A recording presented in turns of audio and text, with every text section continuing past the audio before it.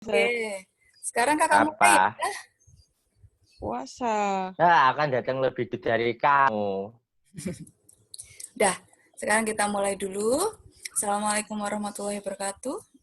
Loh kak, kok cuman Jason sih kak? Bukan, baru tak buka, baru mau mulai. Raffi sih.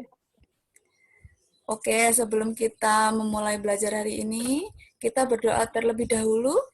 Jason, yang pimpin? Ya, kita memulai pelajaran hari ini, mari kita tundukkan kepala sedikit berdoa. Berdoa mulai.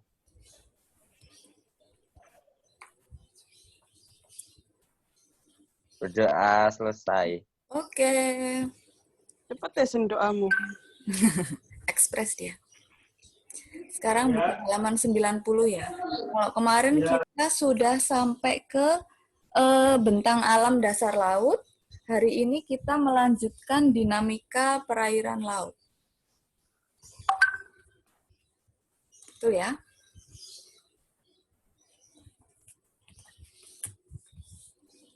Dinamika perairan laut. Sudah dibuka halaman 90. Aku sudah. Ya, oke. Jadi untuk dinamika Ini sesi 2 tak kak? Sesi 2? Apa baru mulai? Baru mulai. Kan jam 1 mulainya. Ya, Aduh. Nah, tadi bahasa Inggris ikut nggak? Enggak. Duh. Pantes. Di luar tidur aku. Bangun. Enggak, ini kan Geo kan mulainya jam 1 sampai jam 2:15. Jadi baru mulai ini tadi. Bukan sesi 2 ya. Sesi 1. Gitu ya. Ya. Hai, Raffi, Timothy. Diem-diem. Ada Timothy tak? Ada? Tuh dia di situ. Oke, selanjutnya. Timothy buka halaman 90 ya. Tentang dinamika perairan laut. Apa? Apa? Halaman berapa? 90. 90. 90. Enggak ada bukunya.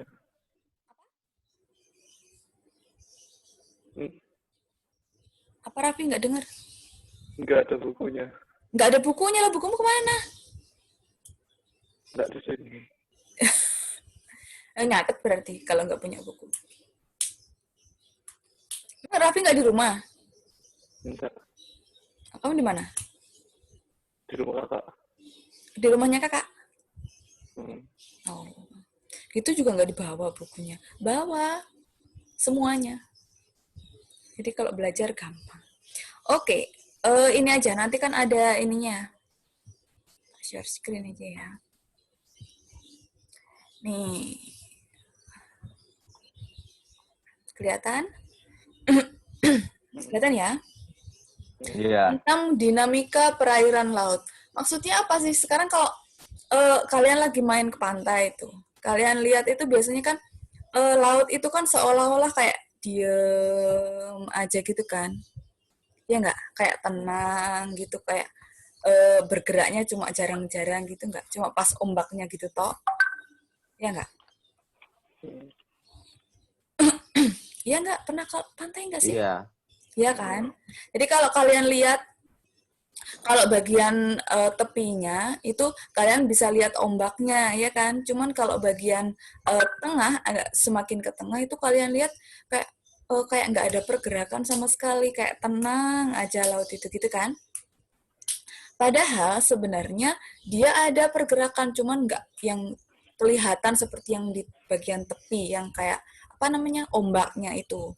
Jadi untuk dinamika perairan laut ada beberapa penyebabnya, atau pergerakan air laut itu ada beberapa penyebabnya.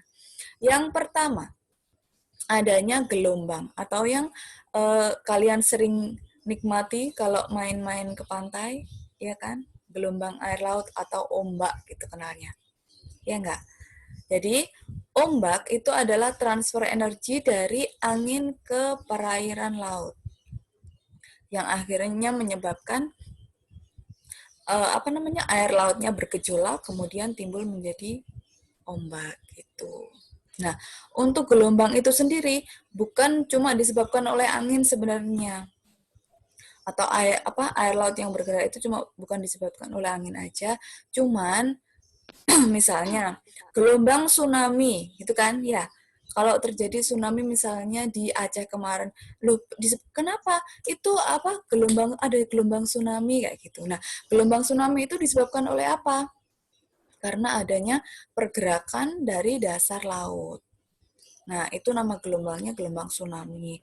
Kemudian ada gelombang yang dia disebabkan oleh misalnya ada kapal yang lewat. Jadi ada pergerakan kapal itu juga menyebabkan gelombang. Jadi bukan semuanya gelombang sebenarnya disebabkan oleh angin. Jadi ada beberapa penyebabnya. Tergantung apa penyebabnya, nanti nama gelombangnya itu juga berbeda. Kayak tadi, kalau ombak yang biasanya itu disebabkan oleh angin. Cuman kalau yang disebabkan oleh pergerakan dasar laut, itu yang namanya gelombang tsunami tadi. Kemudian juga ada gelombang yang disebabkan oleh pergerakan kapal, tadi yang kakak bilang. Itu jadi ada macam-macam untuk gelombang air laut. Nah, kemudian yang kedua ada arus laut. Ibu kalian tuh. Arus laut itu sendiri merupakan gerakan air laut. Tunggu ya. Gerakan air laut yang dia arahnya tetap, teratur, dan cakupannya luas. Arus laut. Nah, penyebabnya apa kalau arus laut? Arus laut itu disebabkan oleh dua hal, dari internal maupun eksternal. Kalau yang internal itu disebabkan oleh densitas air laut. Densitas air laut itu massa air laut. Kemudian tekanan pada lapisan air laut. Kemudian faktor eksternalnya apa kan? Eksternal kan dari luar. Berarti itu berkaitan dengan gaya tarik matahari. Kemudian adanya gravitasi dan sebagainya.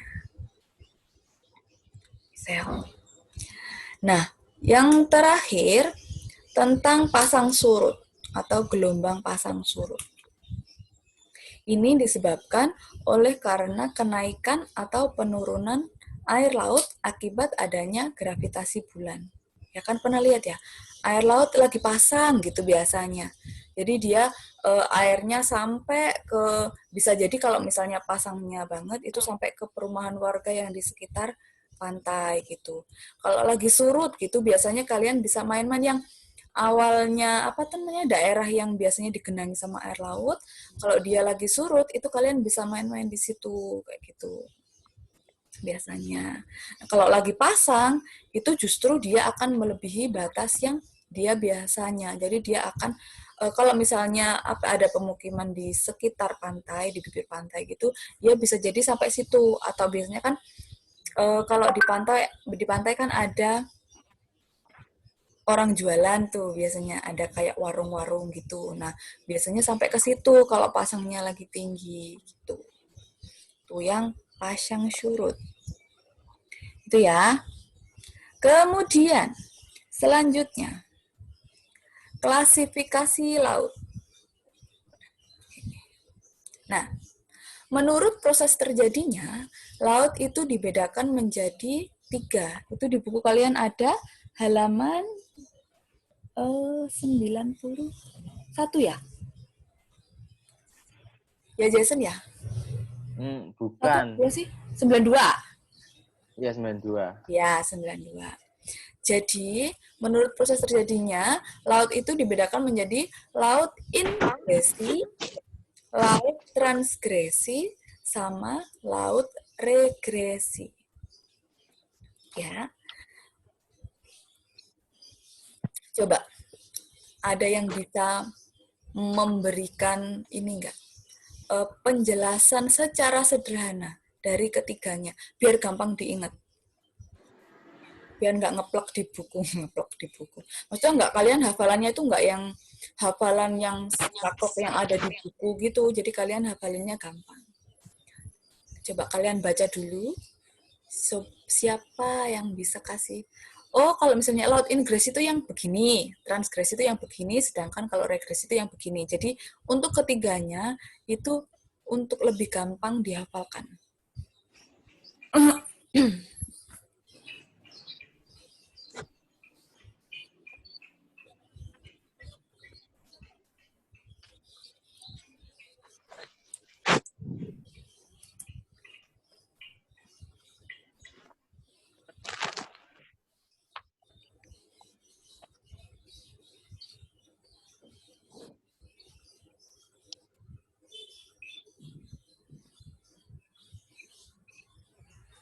Ada?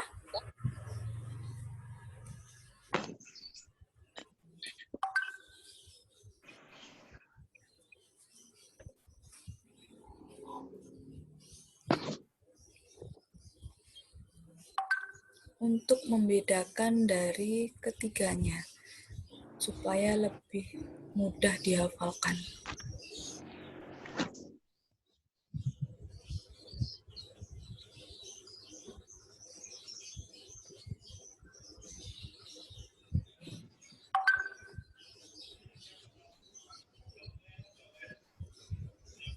Siapa yang Jason, Alfred, Raffi,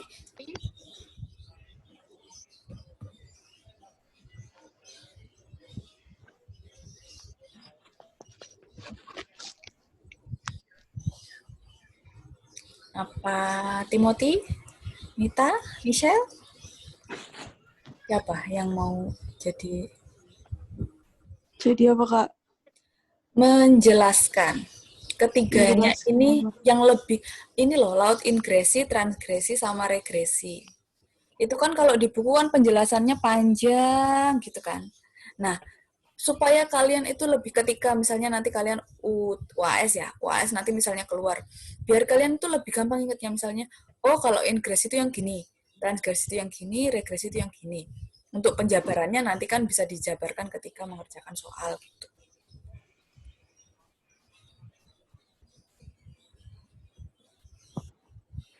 Laut ingresi. Penurunan permukaan air laut yang terjadi karena adanya penurunan dari dasar laut. Kalau transgresi, Bentar.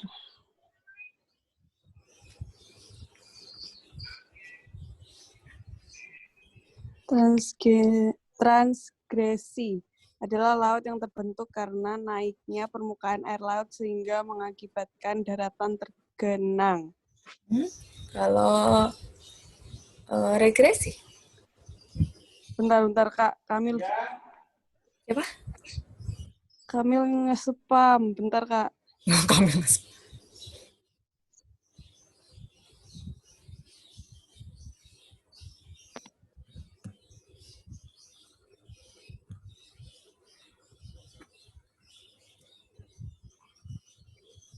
Satunya laut apa, Kak? regresi,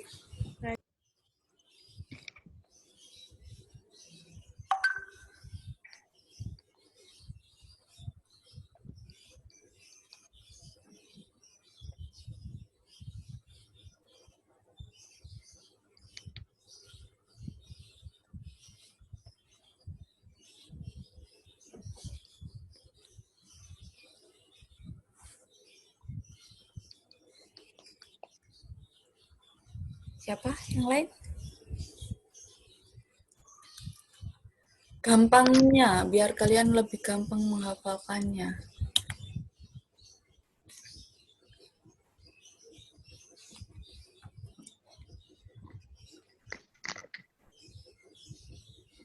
Ketemu? Bentar.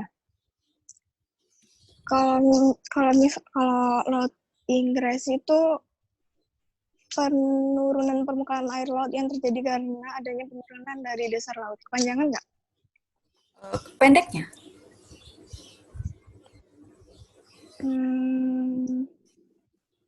Akibat apa, wis?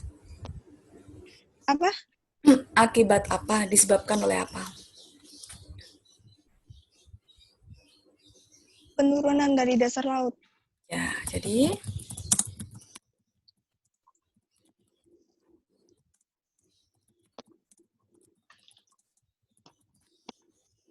Kalian kelihatan nggak? Kecil banget nggak sih? Enggak kok bisa diperbesar. Kelihatan ya. Kalau yang transgresi, Laut yang mengalami perluasan atau laut yang meluas. diakibatkan oleh apa? Daratan yang tergenang air laut.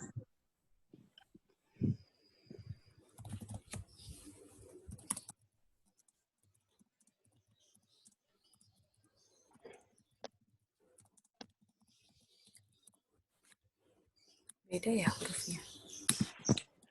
Casku udah 5%. Tuh. Udah 5%. Kamu tadi janji loh. Yang regresi, Terjadinya penyempitan laut karena karena material dari daratan yang masuk ke laut.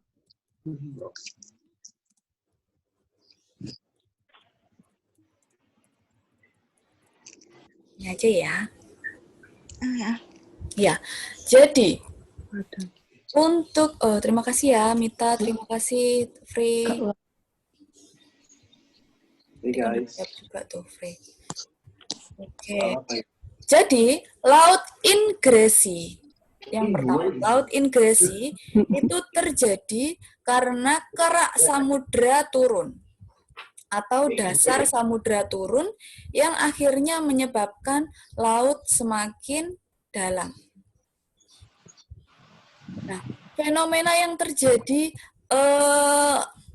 karena adanya ini kerak samudra yang turun ini bisa terjadi apa? Bisa terjadi palung. Palung kemarin kan kalian sudah belajar ya. Palung yang di dasar laut yang dia bentuknya sempit, memanjang gitu. Gitu. Jadi itu palung merupakan salah satu fenomena yang terjadi akibat kerak samudra yang turun. Kemudian kalau contohnya, contoh dari laut ingresi adalah Laut Banda. Laut Banda, yang mana Laut Banda adalah laut yang terdalam di Indonesia. Jadi diingat-ingat kalau ingresi itu kerak samudra atau dasar samudranya turun. Otomatis kalau kerak samudra atau dasar samudra turun, laut itu kan menjadi semakin dalam ya. Misalnya yang awalnya segini, misalnya segini. Kemudian kerak samudranya turun segini. Nah, jadi otomatis kan lautnya itu menjadi semakin dalam gitu maksudnya. Contohnya tadi Laut Banda yang merupakan laut terdalam di Indonesia. Gitu. Kemudian kalau yang transgresi. Transgresi adalah laut yang terjadi akibat permukaan air laut naik sehingga daratan tergenang. Jadi awalnya yang air laut misalnya di sini nih, ini daratan misalnya, ini tangannya Kak Ira ini daratan, HP-nya Kak Ira ini lautnya. Kemudian permukaan air lautnya ini naik, akhirnya dia menggenangi daratan. Nah itu namanya laut transgresi. Instagraman. Ya, laut transgresi contohnya mana? Laut transgresi karena dia cuma merupakan daratan yang tergenang, akhirnya dia akan terbentuk laut dangkal. Dangkal itu tinggi. Dangkal itu ya. Jadi dia nggak begitu dalam. Contohnya adalah Laut Jawa, Laut Arawaku. Jadi dia bukan akhirnya itu cuma berbentuk laut yang dangkal. Ya. Laut transgresi. Kemudian yang terakhir, laut regresi, laut yang menyempit karena adanya endapan material dari sungai.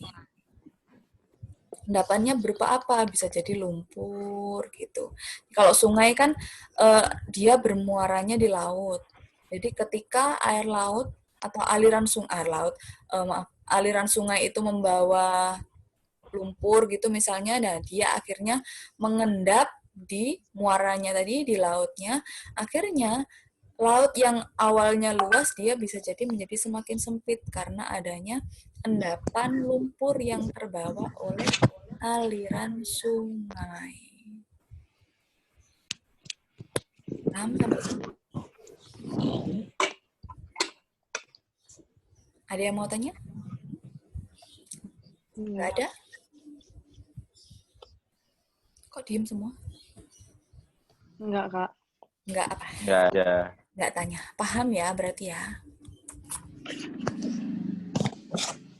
Itu yang menurut terjadinya.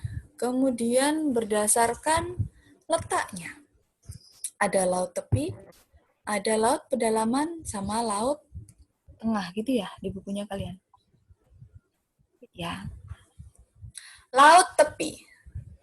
Laut tepi adalah laut yang berada di tepi benua atau daratan. Jadi dia ada di tepi atau pinggir benua atau daratan. Kalau laut pedalaman, dia adalah bagian laut gimana? Yang hampir seluruhnya dikelilingi oleh daratan. Sedangkan kalau laut tengah, dia laut yang berada di antara dua benua atau daratan. Itu ya.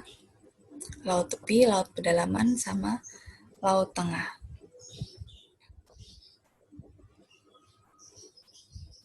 Oke. Sekarang ke materi selanjutnya. Persebaran dan pemanfaatan biota laut yang ada di Indonesia. Kita tahu bahwa Indonesia itu merupakan negara maritim, ya kan, negara kelautan. Jadi sudah pasti hasil biota laut Indonesia itu sangat-sangat banyak sekali. Contohnya yang pertama ada ikan.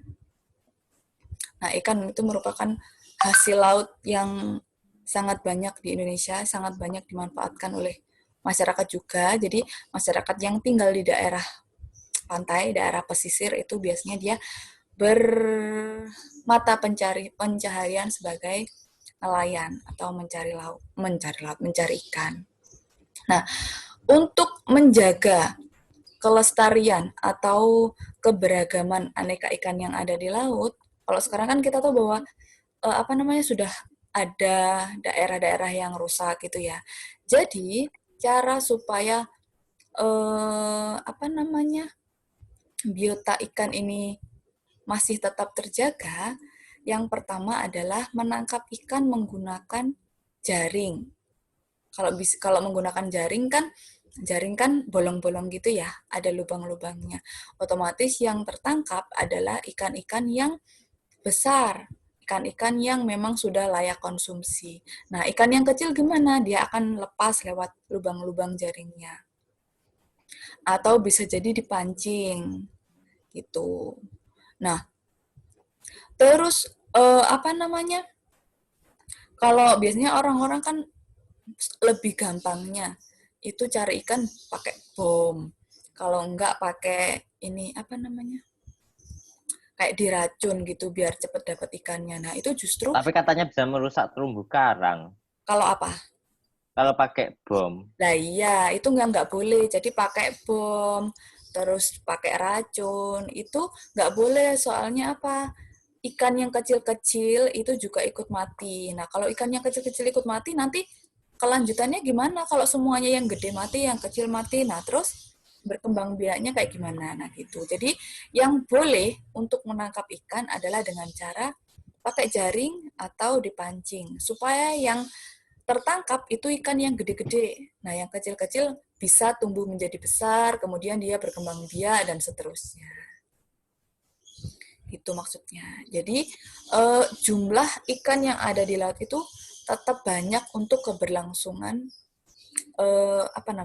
masa yang akan datang. Gitu. Itu paham ya, Jason ya? Jadi kalau pakai bom racun itu nggak boleh.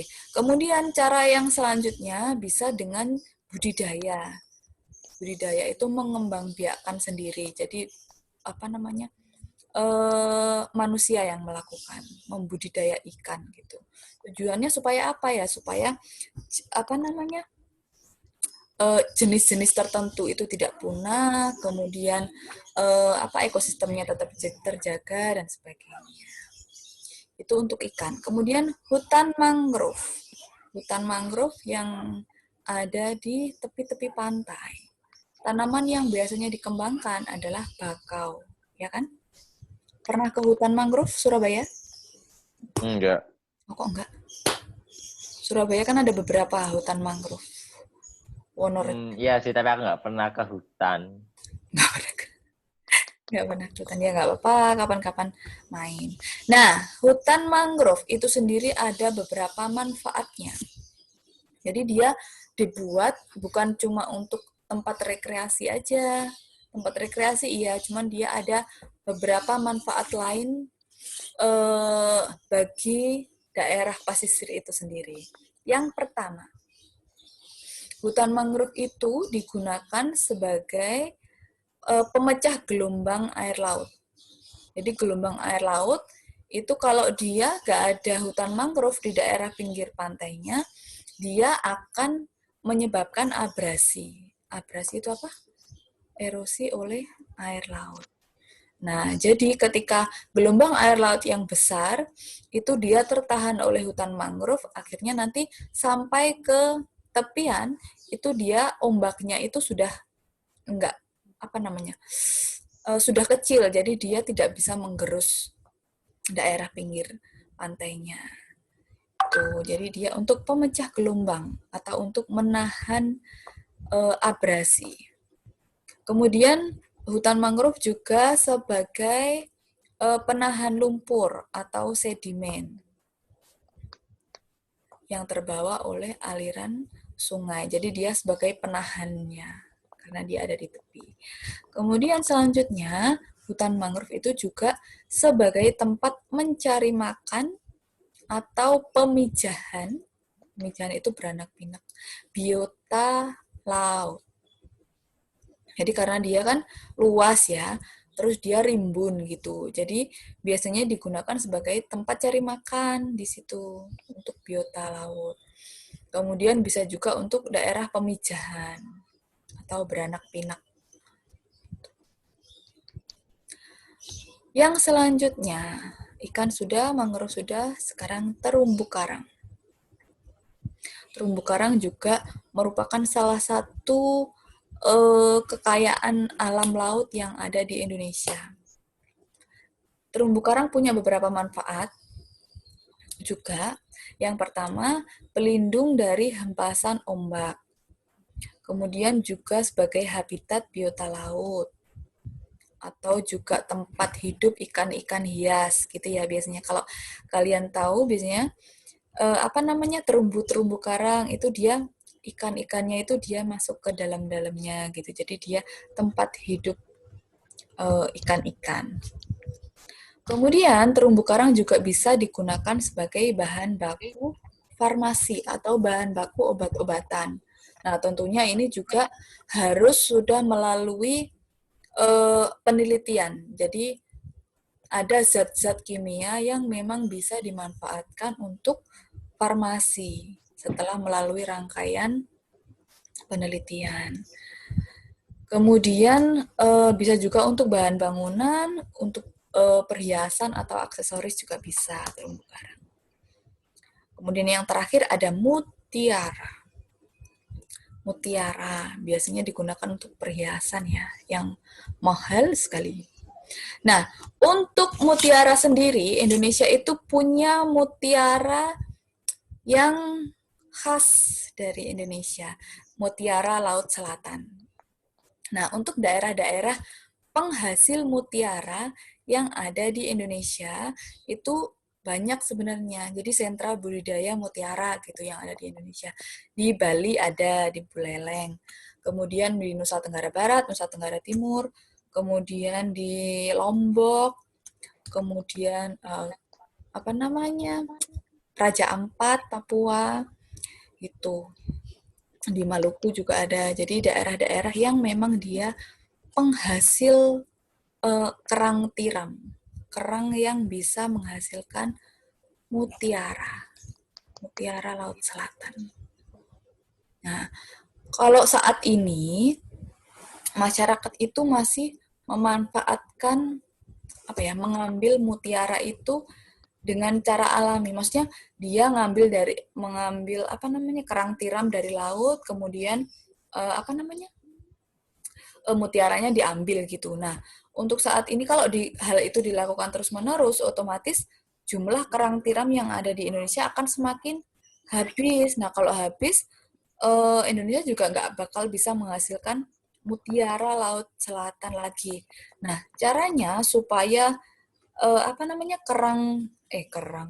mutiara Laut Selatan masih tetap bisa didapatkan itu dengan cara budidaya. Jadi saat ini memang sudah mulai dikembangkan budidaya kerang tiram yang menghasilkan mutiara Laut Selatan. Gitu. Ya, ada yang mau tanya? Nggak ada. Nggak ada. Pencemaran dan konservasi air laut.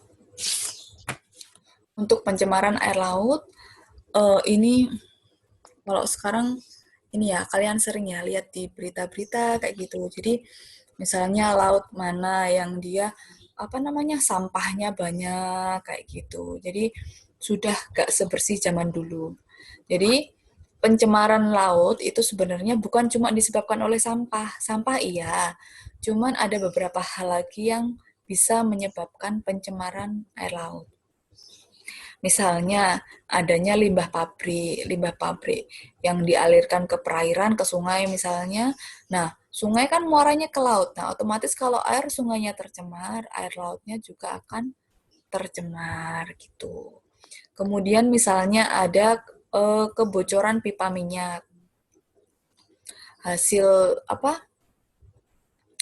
pengeboran minyak, kemudian misalnya pipanya ada yang bocor, itu juga bisa menyebabkan pencemaran air laut.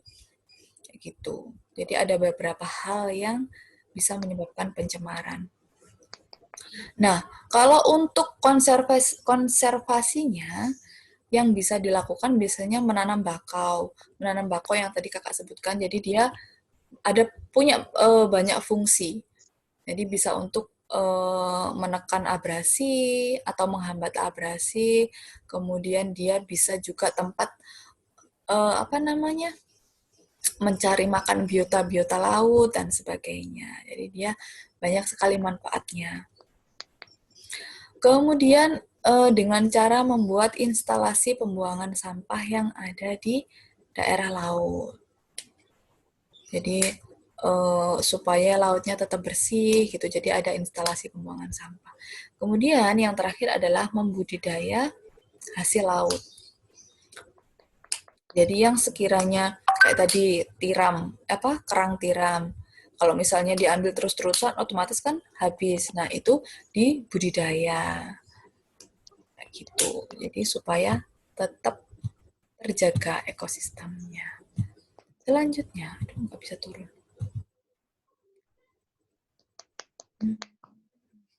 Ya. Selanjutnya ke halaman berapa? Berapa tadi Jason? 94 sampai 95 itu latihan soal pilgan dan urai. Tapi kalau 95 bawah itu 95. konservasi air tanah dan daerah aliran sungai. Ya, 94 95-nya nanti buat tugas. Sekarang langsung ke 95 yang bawah tentang konservasi air tanah dan daerah aliran sungai gitu ya. Nah, air tanah. Jenis-jenisnya itu ada 2, jadi ada air tanah dangkal, ada air tanah dalam. Coba kalian perhatikan di gambar, kelihatan ya?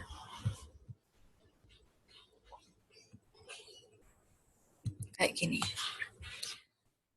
Jadi jenis air tanah berdasarkan tempatnya. Jadi ada air tanah dalam sama air tanah dangkal. Nah, untuk air tanah yang dangkal, yang ada di sini, lapisan biru yang atas, jadi dia itu berada di atas lapisan kedap air. Impermeable itu kedap air. Jadi dia ada di lapisan atas, di atas lapisan kedap air. Kemudian dia berada di bawah permukaan tanah langsung. Sini. Ini kan kalau ini ada tanaman, ini otomatis ada lapisan tanah yang atas yang biasanya terjadi infiltrasi atau peresapan air hujan.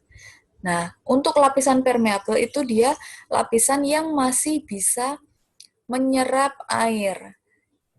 Karena dia biasanya itu terdiri dari pasir, kerikil gitu yang dia bisa menyerap air. Jadi dia bisa di lapisan ini itu terjadi infiltrasi atau peresapan air hujan.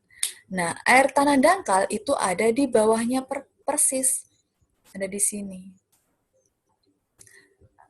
Jadi dia ada di atas lapisan kedap air, di bawah permukaan tanah langsung. Nah, biasanya lapisan air tanah dangkal ini dimanfaatkan untuk pembuatan sumur. Nih, sumur freatik. Jadi pembuatan sumur digali, kemudian jika sudah sampai di lapisan air tanah dangkal, itu akan keluar air. Nah, itu sumur gali biasanya. Ini jadi dia kenapa kok dia dinamakan sumur gali? Karena dia bisa dibuat dengan cara digali, karena kedalamannya juga nggak sebegitu dalam. Kemudian kalau air tanah dalam itu berada di antara dua lapisan kedap air. Dia ada di bawah di sini, di antara lapisan kedap air, dua lapisan kedap air. Kemudian air yang ada di sini, air tanah dalam itu bukan hasil dari infiltrasi atau resapan air hujan. Tapi dia berasal dari daerah tangkapan hujan di hulu sungai dari sini.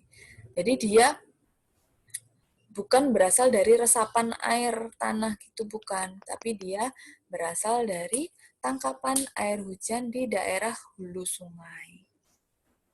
Nah, kalau dibandingkan antara air tanah dangkal sama air tanah dalam, untuk kualitasnya itu lebih bagus air tanah dalam. Untuk jumlahnya itu juga lebih banyak air tanah dalam.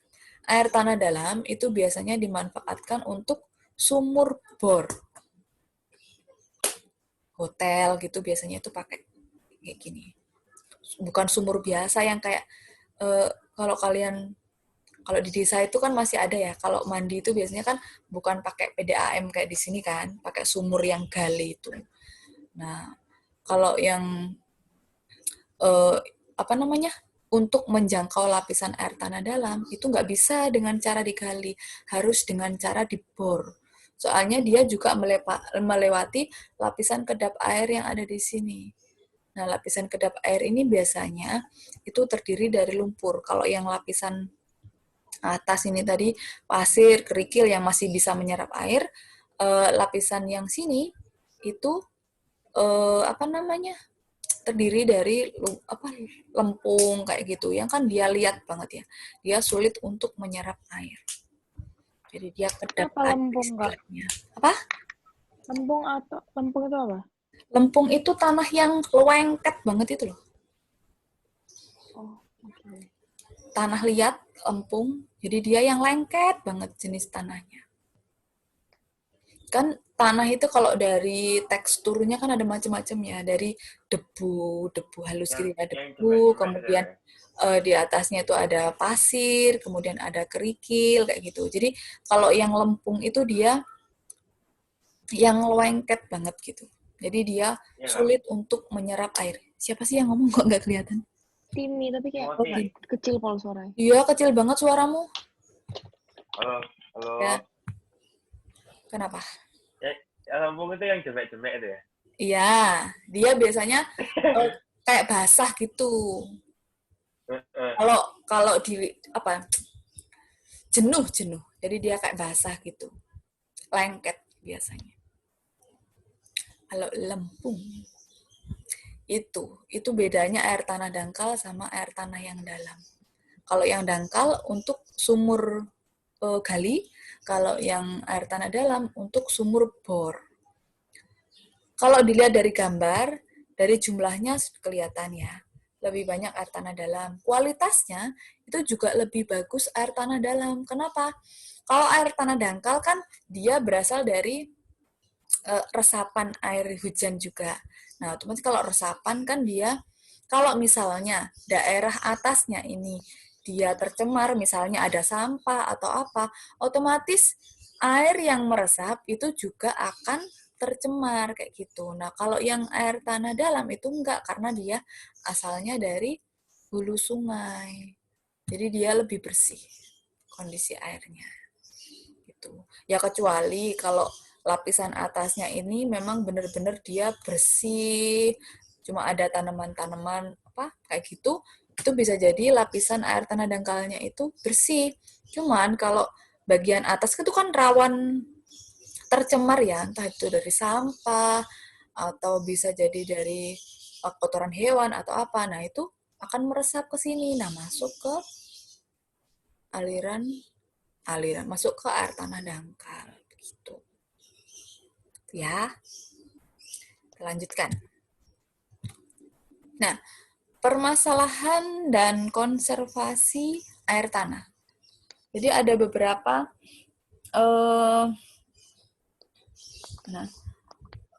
ada beberapa permasalahan air tanah yang sering kita temui.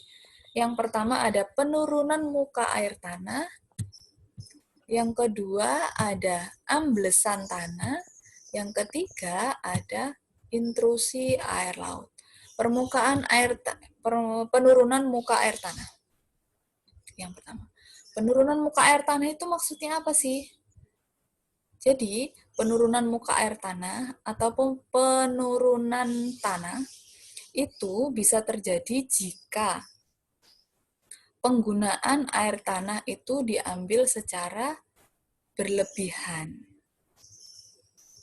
Jadi, lama-lama bagian atasnya tanah itu dia akan turun. Nah, kalau nggak gitu, bisa jadi karena banyaknya jumlah penduduk. Banyaknya jumlah penduduk, otomatis kan bangunannya juga semakin banyak kan. Nah, seperti di Jakarta, atau di kota-kota besar lah, di Surabaya juga. Setiap tahun, tanahnya itu terjadi penurunan beberapa senti.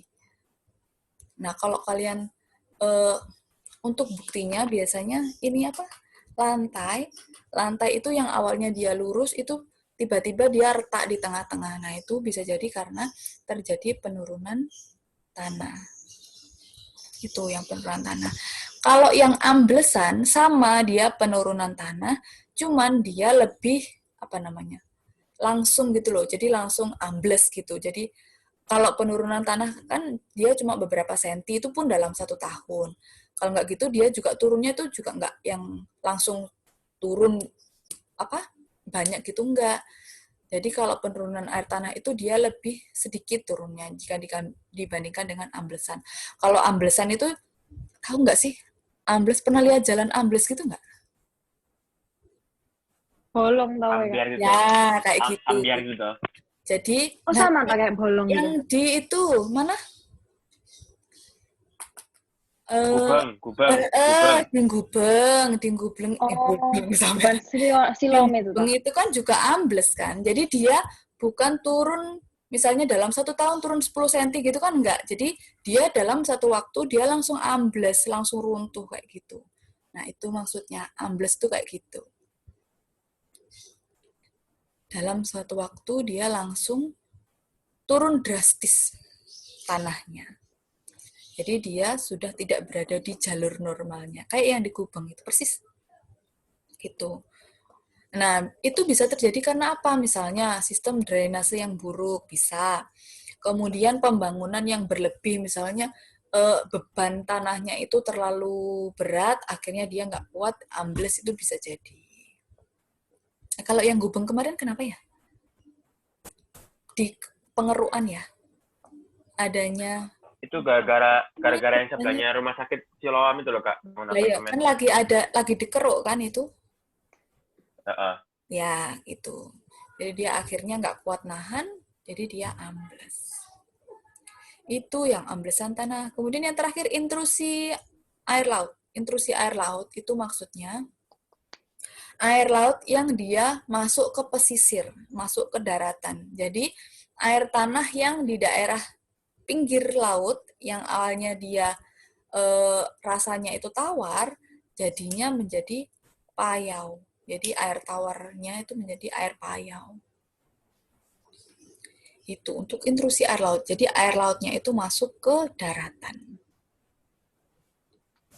Itu ya. Kemudian, air payau tahu kan?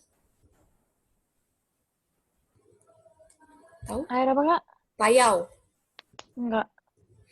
Air payau itu campuran antara air tawar sama air laut.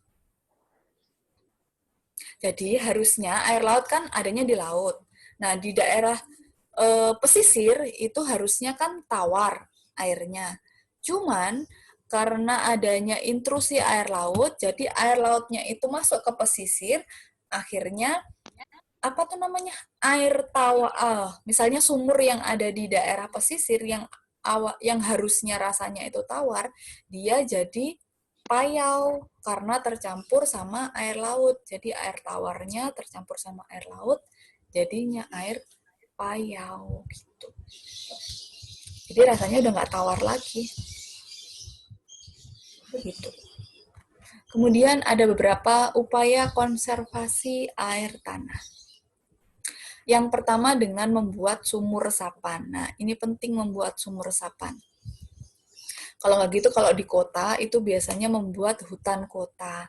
Hutan kota itu juga berfungsi sebagai daerah resapan air. Gitu. Kemudian, kita juga harus menggunakan air secara bijak. Nggak terus misalnya kayak gini kan lagi musim kemarau ya, lagi panas. Jadi, dikit-dikit mandi aja kayak gitu. Ya boleh, cuman nggak terus yang misalnya kerannya dinyalain terus misalnya misal pun udah penuh dibiarin aja lah, nggak apa-apa, orang aku nggak bayar, yang bayar kan mamaku kayak gitu. Jadi jangan, jadi harus menggunakan air secara bijak. Kemudian yang ketiga adalah melestarikan hutan. Hutan atau daerah hulu sungai itu harus dilestarikan. Harus dihijaukan, misal dia sudah gundul ya, itu harus dihijaukan. Karena apa? Daerah hulu sungai itu daerah pusatnya, jadi dia awal dari pusatnya dari aliran air. Jadi kalau daerah hutannya itu bagus, resapan airnya bagus, itu pasti ke daerah selanjutnya itu juga akan bagus kayak gitu. Kemudian tidak mencemari perairan, buang sampah ke sungai, ke selokan, ke got, itu bisa mencemari perairan. Nah, kalau misalnya buang sampahnya di sungai, buang sampahnya di sungai kok lah, tapi aliran sungainya itu kan muaranya kemana? Dia ke laut. Nah, sungai tercemar, aliran sungainya tercemar, sampai ke lautnya nanti tercemar. Yang ada nanti tanahnya itu nanti tercemar, ikan-ikan yang ada di dalamnya itu juga bisa jadi mati dan sebagainya. Banyak dampaknya. Kemudian mengurangi penggunaan zat kimia. Zat kimia itu akan meresap ke dalam tanah, akan masuk ke aliran air. Kalau misalnya semakin banyak zat kimia yang masuk ke dalam air, otomatis airnya juga nggak akan bersih lagi, akan tercemar kayak gitu. Aku ceramah ya jadinya. Daerah aliran sungai sekarang. DAS terkenalnya.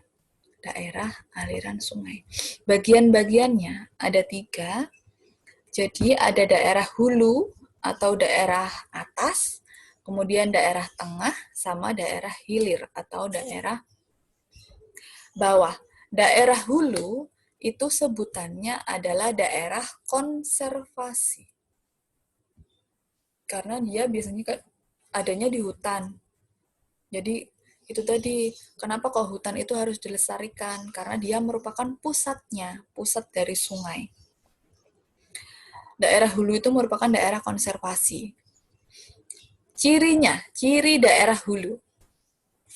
Dia biasanya arusnya deras. Kadang-kadang ada air terjun. Daerah hulu itu ada air terjunnya. Kemudian banyak terjadi erosi, tapi erosi bagian dasar sungai. Kok bisa daerah dasar sungainya terjadi erosi? Ya itu tadi, karena daerah hulu sungai itu biasanya kan ada air terjun dan sebagainya, tuh daerahnya itu daerah yang miring. Nah, otomatis itu airnya itu akan menggerus bagian dasar sungai. Itu kenapa daerah dasar sungainya di bagian hulu itu lebih besar terjadi erosi. Karena arusnya deras dan daerahnya itu memang daerah miring. Kalau daerah gunung kan otomatis ya miring ya daerahnya. Gitu. Kemudian kalau daerah tengah, daerah perlindungan, daerah selanjutnya, lanjutan dari hulu. Untuk arusnya, dia sudah tidak begitu deras jika dibandingkan dengan daerah hulu. Kemudian untuk erosinya, itu juga sudah berkurang. Masih ada erosi, tapi dia sudah tidak separah yang ada di daerah hulu. Nah, daerah tengah, ini erosinya bukan cuma untuk dasar sungai, tapi juga untuk daerah kanan-kiri sungainya. Daerah kanan-kiri sungai, kalau alirannya deras, itu dia tergerus. Nah, itu namanya kan erosi. Gitu ya. Kemudian, daerah tengah atau daerah perlindungan ini, dia sudah mulai terjadi pengendapan material. Juga biasanya terjadi meander atau tapal kuda itu loh. Yang aliran sungai yang ditinggalkan oleh sungai induknya. Yang terakhir adalah daerah hilir atau daerah pemanfaatan. Itu biasanya arusnya tenang. Kemudian erosinya kecil, jadi erosinya itu bukan ke bawah, bukan ke dasar sungai, tapi dia erosinya cuma di kanan kirinya sungai, itu pun cuma kecil. Karena apa? Karena aliran arus sungainya itu tenang. Kalau arusnya tenang, otomatis erosinya itu kan juga nggak besar. Kalau arusnya deras, itu otomatis dia akan menggerus daerah kanan kirinya, kayak gitu. Terus untuk daerah hilir itu banyak terjadi endapan. Endapannya dari mana? Katanya tadi nggak ada erosi. Terbawa dari daerah tengah tadi. Jadi endapannya terbawa aliran sungai, akhirnya dia bermuaranya di hilir, kayak gitu. Atau kalau dia bermuaranya di laut, bisa jadi nanti pangkal atau ujung endapannya itu ada di laut. Perbatasan antara sungai sama laut, kayak gitu ya. Selanjutnya, beberapa upaya untuk melestarikan daerah sungai. Yang pertama, melestarikan hutan, pasti. Mencegah penebangan pohon secara sembarangan atau secara liar. Tujuannya apa? Supaya hutan itu masih berfungsi secara maksimal.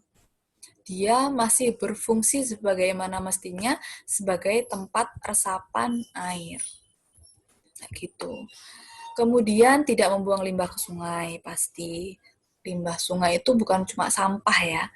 Bisa jadi limbah rumah tangga, limbah pabrik. Limbah pabrik itu juga dampaknya sangat luar biasa untuk pencemaran sungai.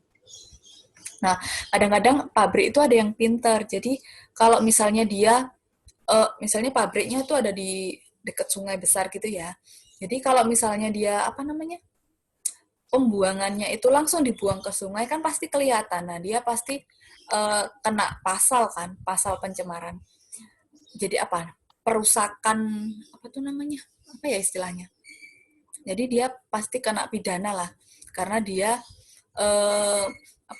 mencemari daerah perairan.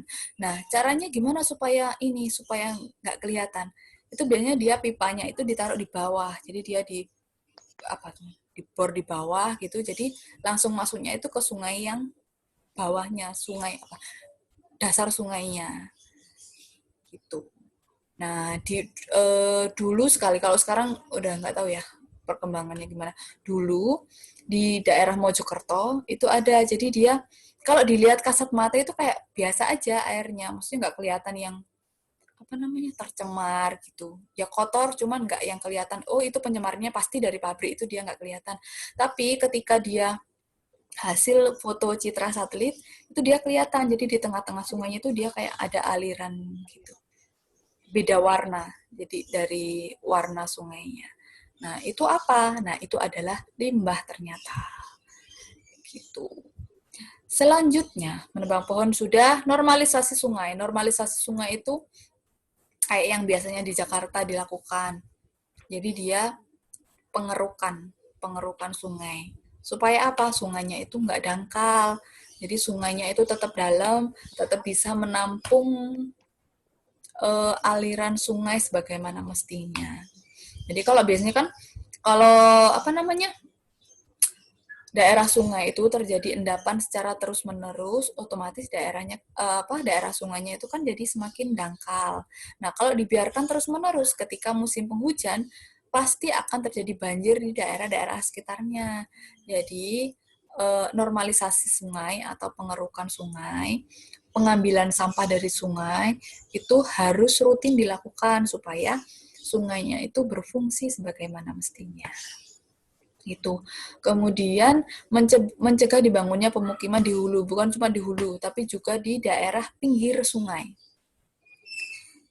Kayak yang ini di Jagir. Jagir kan dulu banyak ya pemukimannya daerah pinggir-pinggir sungainya gitu.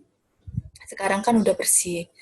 Nah, apa namanya? Jika ada pemukiman yang mepet ada di pinggir sungai, itu rawan terjadi pembuangan limbah ke sungai.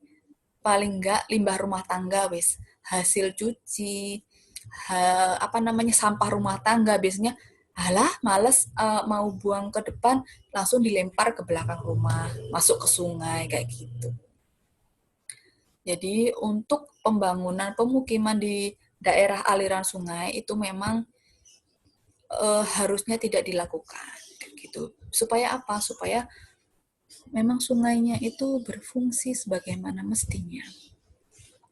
Sekarang upaya pengelolaan DAS. Yang pertama, merevitalisasi kawasan hulu.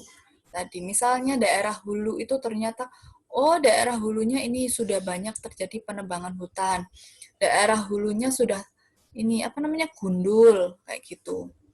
Itu harus direvitalisasi, harus ditanam kembali, harus dirawat benar-benar supaya memang alirannya itu bersih, alirannya itu resapan airnya itu banyak dan sebagainya. Kemudian melakukan konservasi saluran sungai. Jadi saluran-saluran sungai itu diperbaiki. Misalnya tadi ada endapan ya dikeruk, ada erosi ya diperbaiki dan sebagainya. Melakukan penghijauan lahan gundul tadi supaya tetap bisa meresap air hujannya. Mengatur penggunaan lahan. Salah satunya dengan cara tadi pengaturan pemukiman di daerah aliran sungai. Kemudian yang selanjutnya membangun dan memelihara infrastruktur seperti jaringan irigasi. Jaringan irigasi itu jaringan pengairan. Yang terakhir, ini yang paling penting, adalah membina kesadaran masyarakat untuk menjaga lingkungan. Ini sangat penting, tapi saat ini nyatanya masih belum maksimal. Orang buang sampah ke sungai apa masih ada? Masih. Orang buang limbah ke sungai apa masih ada? Masih. Gitu. Jadi untuk membangun kesadaran masyarakatnya ini yang PR besar. Kalau kesadaran masyarakat itu kan balik ke diri kita sendiri-sendiri ya. Kalau misalnya cuma diobrak sama pemerintah, ini nggak boleh membuang sampah di sungai, nggak boleh membuang sampah di selokan, kayak gitu. Nah, kalau orangnya masih belum punya kesadaran sendiri dari dalam dirinya, otomatis itu akan sulit sekali untuk dilakukan. Kalau semua orang sudah sadar, oh iya sih kalau misalnya buang sampah ke sungai atau buang limbah ke sungai, nanti yang merasakan efeknya siapa? Ya kita sendiri kayak gitu.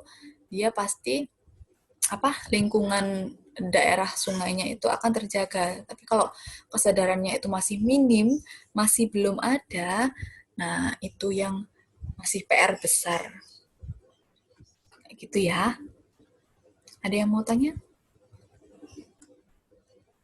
Gak ada ya? Sekarang ganti kalian. Sekarang ganti kalian yang kerja. Kak Ira kan puasa. Kak Ira udah ngoceh dari tadi. Halaman berapa tadi? Jason latihan soalnya? 9. Halaman 94 sampai 95. Ya. Sekarang 94 sampai 95. Kerjakan di kertas. Sekarang dikerjakan dulu. Nanti, kalau misalnya waktunya habis, tapi belum selesai, difoto, dikirimkan ke WA-nya Kak Ira. Tahu kan Oh, WA aku? iya. Tapi ini yang dikerjakan nomor berapa sampai berapa? Itu pilihan gandanya ada berapa? 10 ya? 10. Uraiannya? 5. Ya udah, semuanya berarti. Sekarang Oh, iya. dikerjakan dulu, nanti misalnya nggak selesai, dilanjutkan sendiri, nanti di rumah, baru hasilnya nanti difoto, dikirimkan ke Kak Ira, gitu ya. Sama sekalian, Kak Ira mengingatkan, bagi siapa saja yang belum mengumpulkan tugas pengganti FC, batas akhirnya adalah tanggal berapa? 11. 10 Mei. 10 Mei. Aku sudah loh, Kak. Ya, Aku juga Kak, tadi sudah. apa Kak tadi halaman berapa Kak? 94, 95. Pilihan ganda sama uraian. Jason udah, Raffi udah, Timothy udah. Michelle udah. Elle udah. Oh, Mita belum ya tugasnya ya. Tugas FC. Saya tahu perasaan ada. Ini tadi ada Frey nggak? Ada kan Frey? Ada tadi. Lah ya kok hilang dia?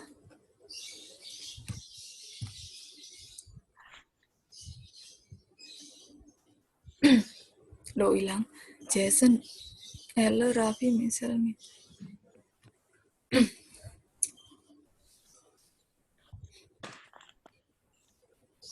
Kok dia tiba-tiba keluar 1, 2, 3, 4, 5, 6, 7 sama Frey. Nah, dikerjakan dulu ya.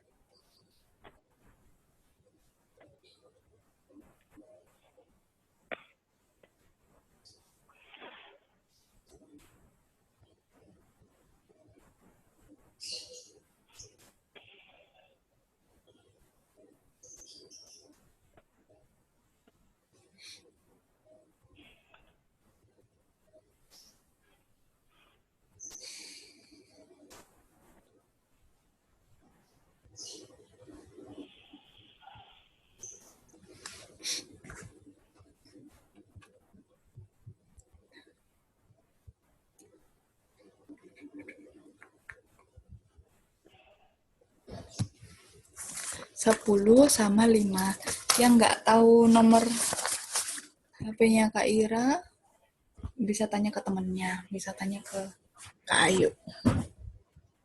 Ada kok HP nomornya Kak Ira di mana-mana.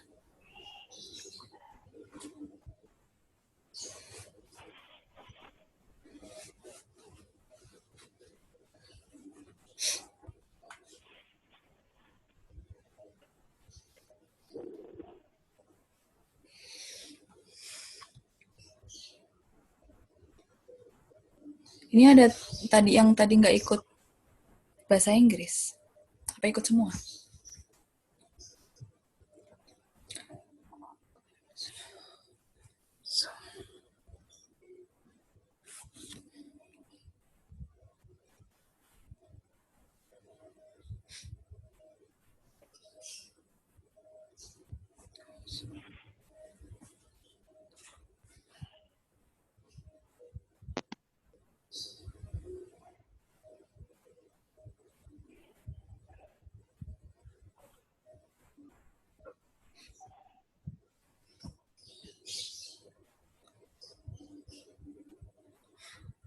Oh iya, tugas FC terakhir tanggal 10, kemudian minta tolong sampaikan ke orang tuanya ya. Semisal, semisal ingin berdonasi untuk bakti sosial FC terakhir juga tanggal 10. Jadi deadline-nya sama. Baksos sama tugas pengganti FC sama-sama tanggal 10 terakhir.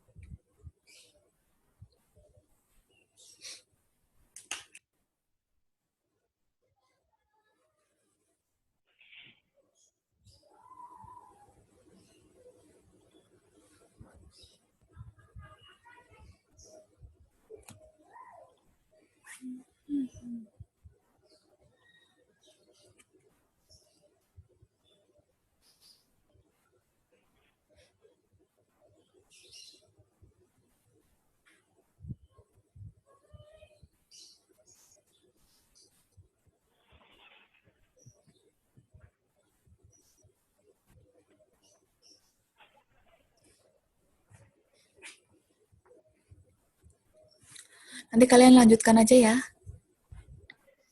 Guys. Oh ya. Ya, oke. Sekarang kita tutup dulu karena waktunya sudah habis. Nanti kalian lanjutkan sendiri. Di foto dikirimkan ke WA-nya Kak Ira.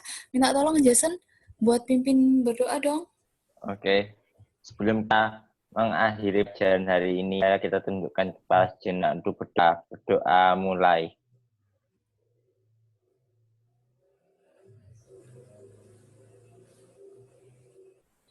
Berdoa selesai. Oke, terima kasih untuk hari ini. Selamat menjalankan ibadah puasa bagi yang menjalankan. Terus, apa ya pesannya? Udah, meskipun kalian bosan di rumah, tapi betah-betahin ya. Bye, Kak. Bye, Assalamualaikum, selamat siang.